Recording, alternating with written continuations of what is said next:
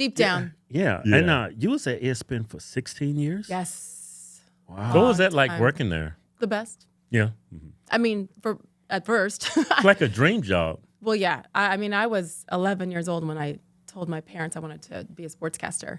Oh, really? And then ESPN was, and we're about the same age. I might be a little older, but we're going to leave it at that.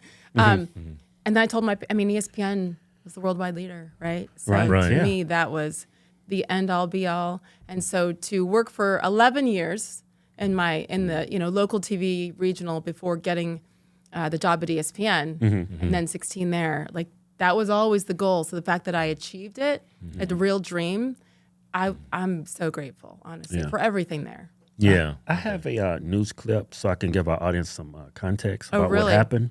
Of course, it's the left-wing media, so you can clear up whatever they say. But it looks like it was, for the most part, fair on what happened. Okay. So, let's go to that clip real quick. Another star falls from the ESPN lineup. The latest, Sage Steele. The host is off air after a series of controversial comments she made on race, sexual harassment, and COVID protocols. News Nation's Felicia Bolton is live. So, Felicia, this is the second ESPN anchor woman to come under scrutiny in recent months. Yes, Nicole, that's right. And it's a tough time for the network. Sage Steele's comments came during an interview on the podcast Uncut with Jay Cutler. She took a shot at President Obama, female journalists, and against ESPN's vaccine mandates. Race, sex, and COVID. 3 hot topics that landed one of ESPN's most popular anchors in the hot seat. The network removed Sage Steele from SportsCenter lineup for a week after a series of comments during an interview with former NFL quarterback Jay Cutler on his show Uncut. From her thoughts on former President Obama's racial identity. That's his thing. I think that's fascinating considering his Black dad was nowhere to be found, but his white mom and grandma raised him. But hey, you do you. I'm going to do me. To suggesting female journalists welcome harassment by the way they dress. When you dress like that, I'm not saying you deserve the gross comments, but you know what you're doing when you're putting that outfit on, too. Yeah. And speaking out on ESPN's COVID-19 mandate. I respect everyone's decision. I really do. Yeah. But to mandate it is sick. And it's scary to me in many ways.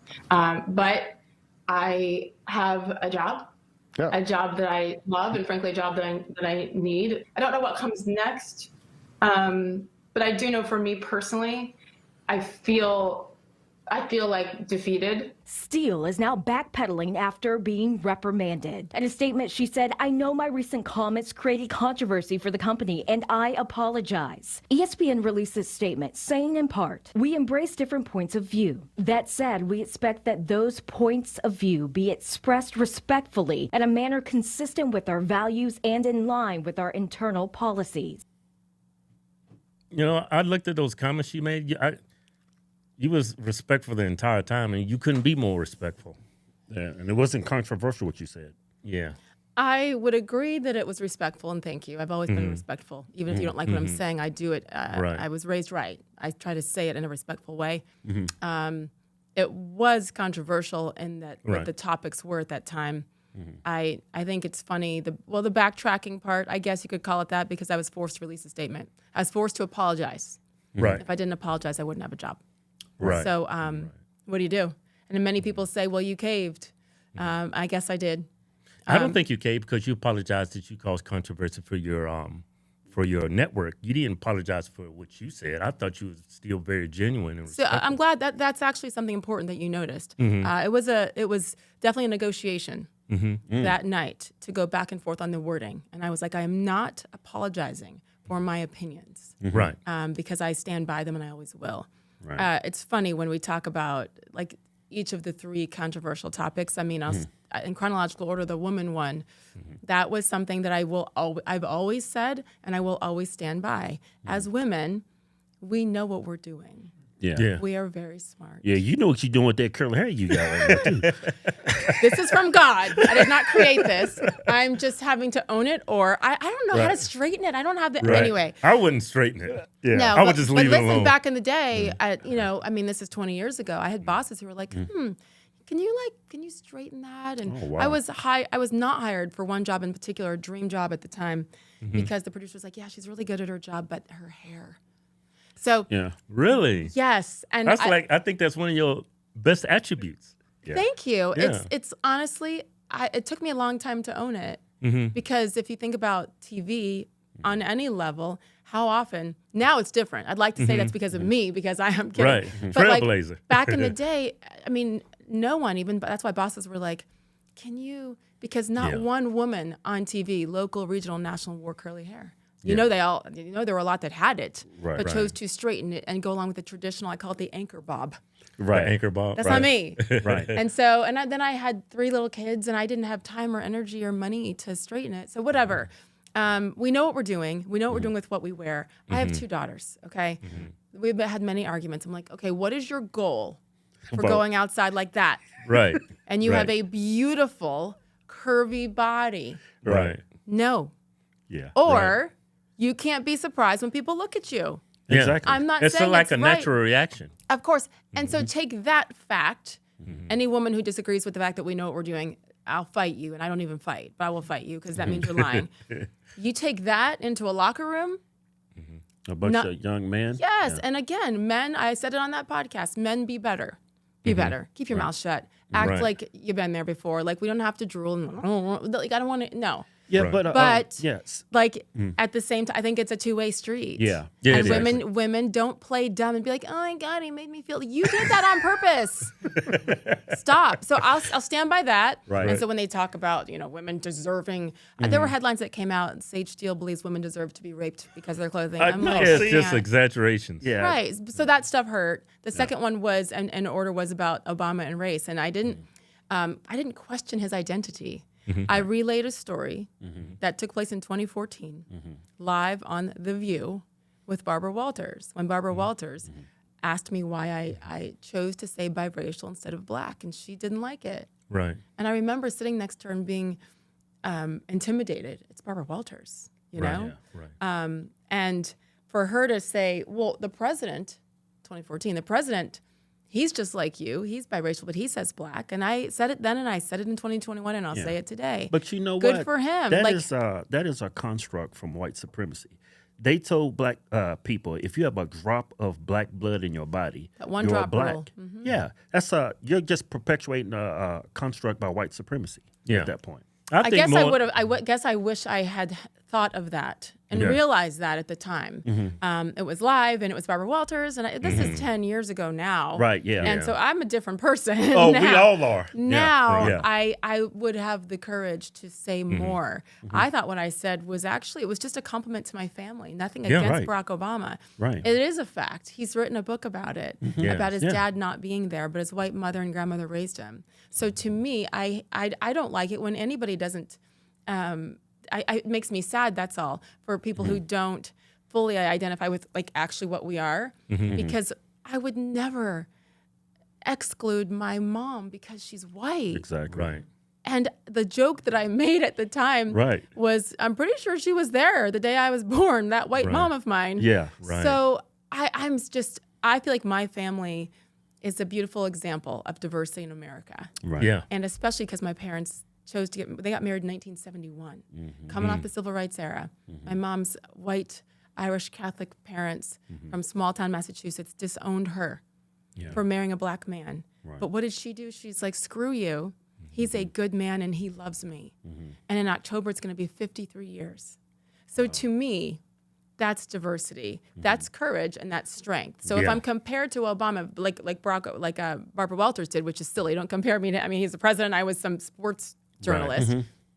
I'm going to be honest. And don't you dare tell me that I'm, well, I've heard it all before then and since then, right? She hates being black, blah, blah, blah. I'm so proud to be me, and I'm so proud to come from a family that doesn't lead with race. People get mad when you say, I don't see color. Obviously, we see it. The point is, I just don't lead with it. Right. I lead with how you treat me and how I see you treat others, people I work with, who are all good and nice and sweet and professional on camera, but the second that light goes off, how do they treat the teleprompter kid? How do they treat the producers? Or is it just about them and their egos, right? I don't care if you're green. I'm not going to like you. Right. So that, I will say, was quite painful with the race stuff. I think it's great what you did. I think I voted for Obama's first term because I was still a Democrat. But looking back on it, I think it wasn't genuine when he come out and said he was black, because he was raised by his white mom and his grandfather. And he's biracial. And for him to go out and, I understand you identify as being black, but you neglect your mom and your granddad, and because without them, you wouldn't exist. Yes, it breaks my heart for their sake. Yeah. And then what is it teaching? As somebody in that position. To hate your white side. Yes, or just to not own who you are. It's funny because now it's fine. Oh, you're a girl today and you're a boy tomorrow and you're a cat on Friday. Right. So like we can say, accept me as I am. Unless I say I'm proud of my white mom too. As proud of her as I am of my black dad. So don't. Like, you can't pick and choose. Do you see that as an attack on white people? Do I see it as an attack on? Yes. Yeah. Directly, indirectly, I guess. But it's also more just an opportunity to call out someone who doesn't go along with your ideals. Right. And that's what it was with me, because I had alluded to some things through the years, but I always tried to keep my mouth shut so I could keep my job. Right. And keep friends, honestly. I know. Isn't that sad? Yeah. That's hard, just trying to be something you're not. It is. And then it takes a toll. Yeah. Until you say enough. Right. And I didn't know that would be the time. You know, I didn't know that what I said would be wrong. And here's the thing. Because the vaccine stuff, that was a whole other level. At first, that's what Disney ESPN was mad at me for. You crushed the company. Yes. I'm like, no, but I complied. That stupid Band-Aid on my shoulder, people thought I did it on purpose. I forgot it was there. I literally had just come from the pharmacy to get the shot that I was required to get to keep my job. That was the last day I was allowed to get it. Otherwise, I wasn't going to be fully vaxxed by September 30th, 2021, and that was Disney's mandate. So I was sobbing. I waited till that day to make the decision. I prayed, and I just asked that when I woke up that morning for God to give me a sign, and he did, and it was, I got you. And so I went and did it, but I was emotional. I was mad at myself. Yeah. I was embarrassed that I scared caved. too. I was scared. I was all of it. So I waited till the last second, and then I sprinted back, and it was September. It was still nice out. So I had the short sleeves on. I sprinted back, and I opened my laptop, and I got on the podcast. And Jay's like, so what's that? I was like, he asked, can I ask about it? I was like, sure. I mean, it's there. Like, I don't care. But that's why they were initially so mad at me. That's why I got suspended. But then they also brought up, well, you crushed Obama. I'm like, did I? You did. No, you called him out for being fake. Well, He was only black intent. because his for political gain, really. Well, I agree with that. That's why I voted and the for him. why behind it. Yeah. And so did a lot of my family members. Yeah. Especially my, she's gone now, but my grandmother at the time was like 94. So she's born in whatever year, in the teens, 20s, 19. And so she had seen it all and been through it all and never thought America would get to the day to see a black man. So I understood that. And Same was thing with my happy mom. to see. I just thought he was the wrong black man for me. That's all. Right. That's all it Right. was. But for him to not identify with both sides, there's millions of people like me who are biracial. Right. And not just black, white, but all different kinds of biracial. And I think it would have been, it's a missed opportunity, those 8 years he was in office, and even today, to say to all those kids who are told that they're not enough. Yep. They're not black enough. They're certainly not white enough, because when you see me and you don't know me, you think, well, you wouldn't say, oh, who's that white girl with curly hair? Right. That's not what you're going to say. Fine. But like, what an opportunity that was to tell all those kids, you are enough and you are beautiful, just like you are, just how God made you, and just based on the decision your parents made. And I believe he sold out in that way. And that could have helped a bunch of biracial kids like me who didn't feel like they were enough. So you're damn right I'm going to stand by this now. Right. Absolutely. And then my ex-husband is white. So I'm half white, half black. He's all white. My kids look Italian. I was asked if I was the nanny.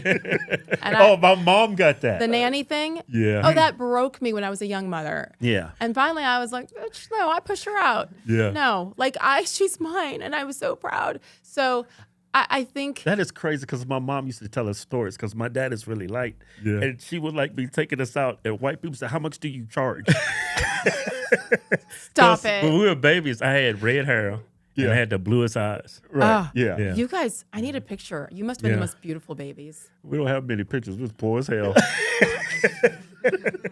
We had a couple of pictures. Well, you turned out okay, and you're still pretty, so it's fine. Yeah, thank you. I think, and I don't. I'm so sad that it came to that. Yeah. I loved that company. I sacrificed a lot for that place, and they gave me so much too. Yeah. So I hate that it had to end that way, but I also know that, like, I wouldn't change a thing. I would still stand up in all three of those ways. I think the Obama thing was so funny, though, because that was 2021. I said it in 2014, live on ABC, which is also owned by Disney, and they were fine with it then.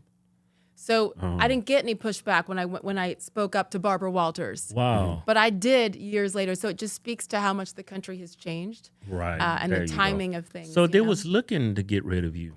I think there had been some people behind the scenes who were. Look what happened to the football coach for the Raiders. They dug up old emails. He said something like, and it wasn't even racist. That was John Gruden. Yeah, John Gruden. I'm trying to remember. He called somebody rubber lips. Yeah, because you can't. That's a figure of speech. Well, that's a You black can't- guy. Yeah. You calling him rubber lips?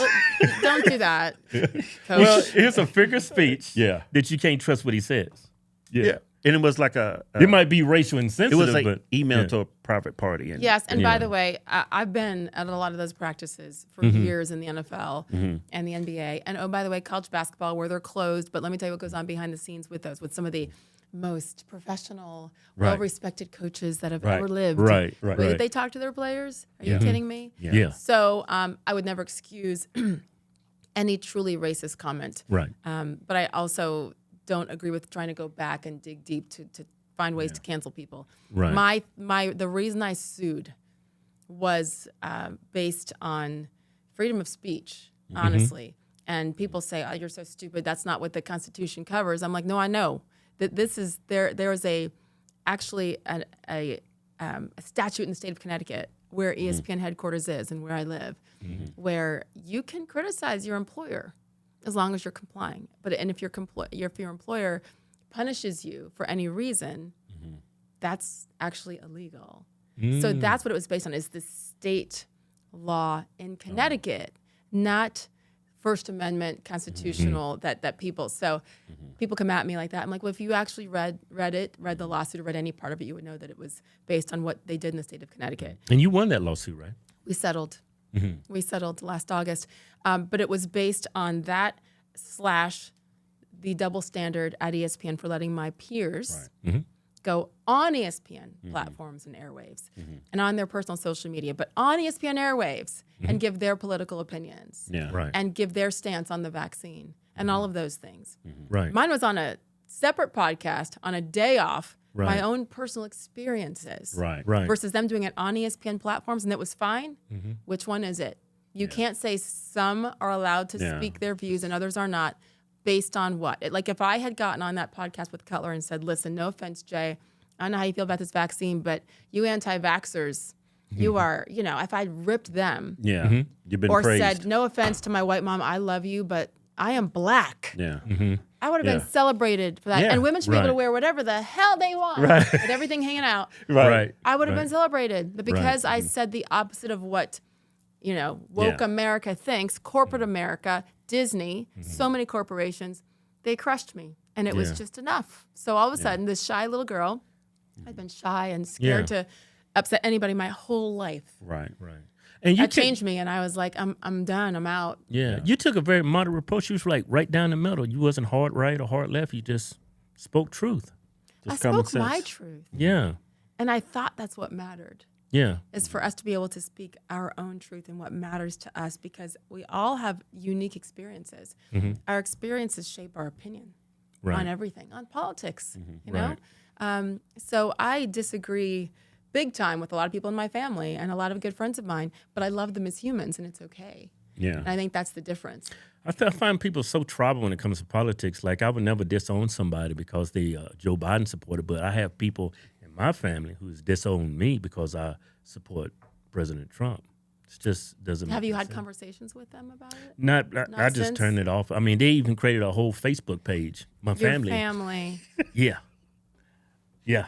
Yeah, a couple of my cousins went there and sent them straight there and deleted it, but it's all about George Floyd, and I ain't even get they didn't want to tell the truth and then hear the truth about George Floyd either. Mm-hmm. Yeah. That still has been kind of minimized, especially compared to how it began. Yeah, exactly. Look, everybody, inflation is out of control, and this problem's only going to get worse. Can't have all your eggs in one basket, especially when you got people like Sleepy Joe holding the basket in the White House. That's why me and Kevin are always diversifying our assets. That's the kind of diversity, equity, and inclusion we like. Yeah. The value of silver, gold has been steadily rising, while the value of the American dollar has been falling. Because what? Inflation. Because our government sucks. Now, y'all, purplebar.com is changing the game, making it easy for all of us to protect our financial futures. Look how cool these gold and silver bars are. Patriotic engraving on there, too. Look real nice. The bars are perforated so they can easily break apart and can be conveniently exchanged if the dollar collapses. Go to purplebar.com and use promo code Hodgetwins and you get 5% off gold bars. And you get 10% off silver bars. Yeah.